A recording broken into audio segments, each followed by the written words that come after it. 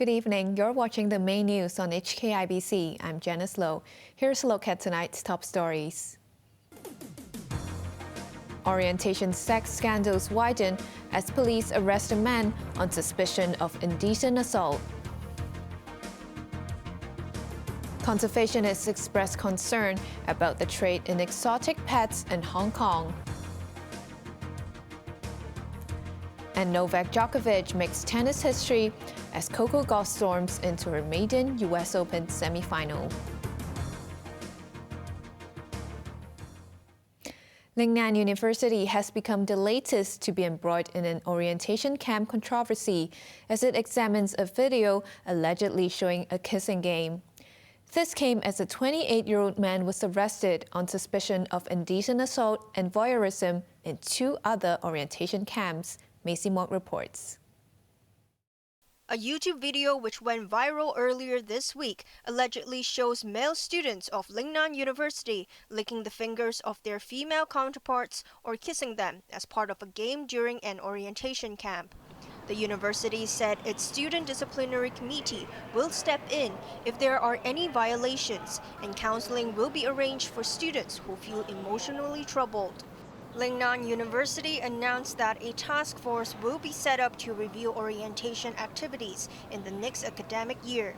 It added it will continue to guide students towards becoming good and responsible citizens. Just hours earlier, police said a 28-year-old man had been detained in connection with an alleged sex scandal at an orientation camp for students of the Education University. The man, surnamed Yim, was arrested on suspicion of indecent assault and voyeurism after 4 women alleged that they had been sexually abused or peeped at.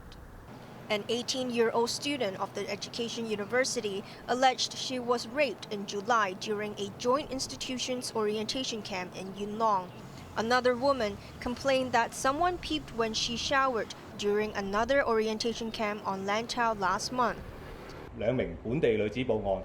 Basil Tang, Assistant Yuen Long District Commander, said the other 2 women were allegedly sexually assaulted in orientation camps in Tai Po and Lantau late last month. Tang said Yim was present in 6 orientation camps in the past 2 months and had been arrested for a separate sexual assault case in July. The Education University said it does not tolerate such behavior and will penalize culprits if the allegations are confirmed. On Monday, a 20-year-old male nursing student of the University of Hong Kong was charged with sexually assaulting an 18-year-old first-year student at an orientation camp last month.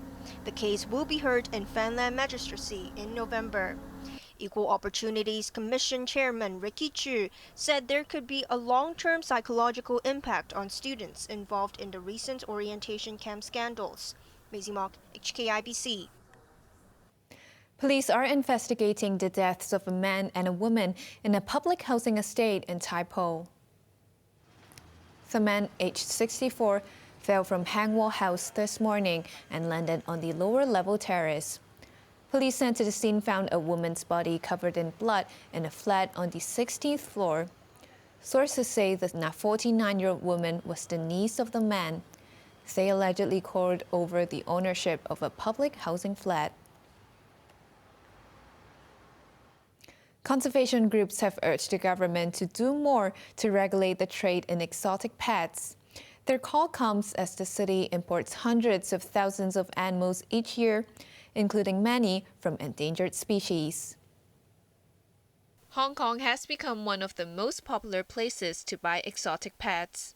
Between 2015 and 2021, the city imported over 5.2 million animals, almost half of which were from species facing extinction. The Worldwide Fund for Nature, or WWF, and ADM Capital jointly interviewed about 3,000 people and found a lack of understanding on pet trade laws. Only 5% of the respondents claimed they were familiar with the regulations. Almost 80% of the interviewees called for a ban on the sale of some species. Despite there being at least 7 regulations targeting the exotic pet trade, loopholes remain. Traceability is a real concern. We don't know what happens to animals once they arrive in the city much of the time. Obviously, when they are in the trade, we do have an understanding, but once they leave that shop, we lose sight of that animal, so it just completely disappears into the ether. Apart from urging the government to step up traceability of the animals, the two groups urged the administration to introduce a rating system for sellers who provide a better environment for the pets. They also hope the authorities can make it clear which animals cannot be imported, sold, or owned. The government is expected to kick off its Night Economy campaign with a ceremony next Thursday. Financial Secretary Paul Chan will host the event at the West Kowloon Cultural District, according to sources. On the same day, the government will announce details about the campaign, which is expected to include nighttime incentives offered by malls. Members of the DAB party met Deputy Financial Secretary Michael Wong and suggested that the event should last a year. What we focus on is, of course, we would arrange a lot of international events, mega events, to attract tourists coming back to Hong Kong. I think we make good use of the international tourists to boost the economy. In the evening, of course, we organize a lot of events, and we make good use of the areas of promenade because these are further from the residential areas. It won't cause any disturbance to residential neighborhoods. The Finance Committee has approved the government's request for an additional $70 million for relief efforts in flood-hit areas of northern China.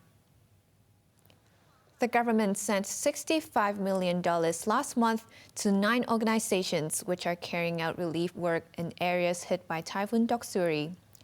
During today's meeting, several lawmakers criticized Chief Secretary Eric Chan, saying the government should have sent the money for emergency work before the funding request was scrutinized by the Finance Committee. But Chan defended the method, saying it would avoid waste. They will need to reach out to a counterpart in the mainland and seek confirmation from the local government on the resources needed. So this approval in principle is essential.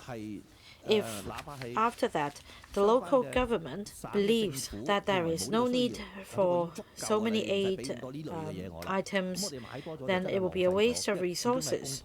So we need the confirmation from local governments first. At least 2 people were killed in Fujian as Tropical Storm Haikui made landfall in the province. Although the typhoon has weakened to a tropical storm, record-breaking rainfall of over 30 centimeters in some parts of the province forced over 36,000 people to evacuate. 2 firefighters lost their lives during the rescue operation. A search is underway for a police officer. Most transport services were suspended, while schools stayed shut. Premier Li Qiang has pledged continued cooperation with the Southeast Asian group ASEAN. He was speaking in Jakarta, where ASEAN leaders gathered for a summit, which is also being attended by representatives of other nations. Asam Khan reports. The 26th meeting between China and the Association of Southeast Asian Nations, or ASEAN, began with Indonesian President Joko Widodo welcoming Premier Li Qiang to Jakarta. It's Li's first visit to the region since becoming premier, and he's leading China's delegation at the 3-day ASEAN Summit in the Indonesian capital. Also at the gathering are South Korean President Yoon Suk-yeol and Japanese Prime Minister Fumio Kishida. The civil strife in Myanmar, deepening economic cooperation, and South China Sea disputes topped the agenda. Li reaffirmed the commitment between China and 10-member ASEAN, stressing that both sides will press ahead against all odds. Southeast Asian nations have been caught uneasily in the middle of the growing US-China rivalry. The bloc's leaders reiterated their call for unity amidst the clash of superpowers. Widodo warned that he will not tolerate the region being used as an arena for destructive competition. ASEAN strongly condemned the continued violence in member country Myanmar, pointing to the failure of the ruling generals to fulfill obligations that they promised to the bloc after grabbing power 2 years ago. ASEAN leaders will also meet other foreign dignitaries, including Australian Prime Minister Anthony Albanese, US Vice President Kamala Harris, and Russian Foreign Minister Sergei Lavrov. Azam Khan, HKIBC.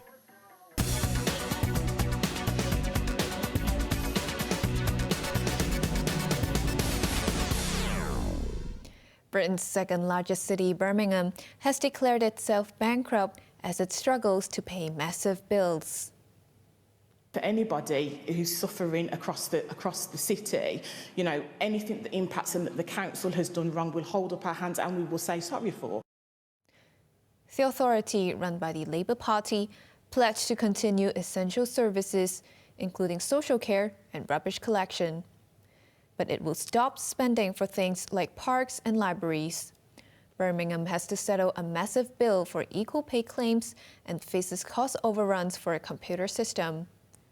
The city's plight has raised fears that other local authorities in Britain could face financial problems.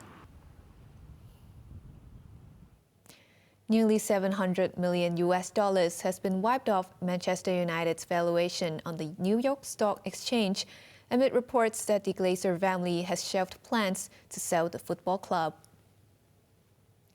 It was the biggest single-day drop since its listing in 2012, shedding 21% of its value. The Glazers are seeking $12 billion for the English Premiership side, which they bought for $800 million 18 years ago. Bids earlier by Britain's richest man, Jim Ratcliffe, and Sheikh Jassim of the Qatari royal family did not meet the Glazers' asking price. Now let's take a look at the markets. The Hang Seng Index ended the day down by 6 points. To the top 10 active stocks, Tencent was down $1.40. Country Garden gained 21 cents, while Meituan lost 30 cents. Alibaba lost 10 cents. SMIC gained 50 cents, while CCB gained 5 cents. To the foreign exchange against the Hong Kong dollar, the euro is at 8.42, the pound's at 9.85, and the Canadian dollar is at 5.74. Over in the UK market, the FTSE 100 lost 42 points. That's our main news for Wednesday night. Join us for more news at 11. I'm Janice Lo. Thanks for watching and good night.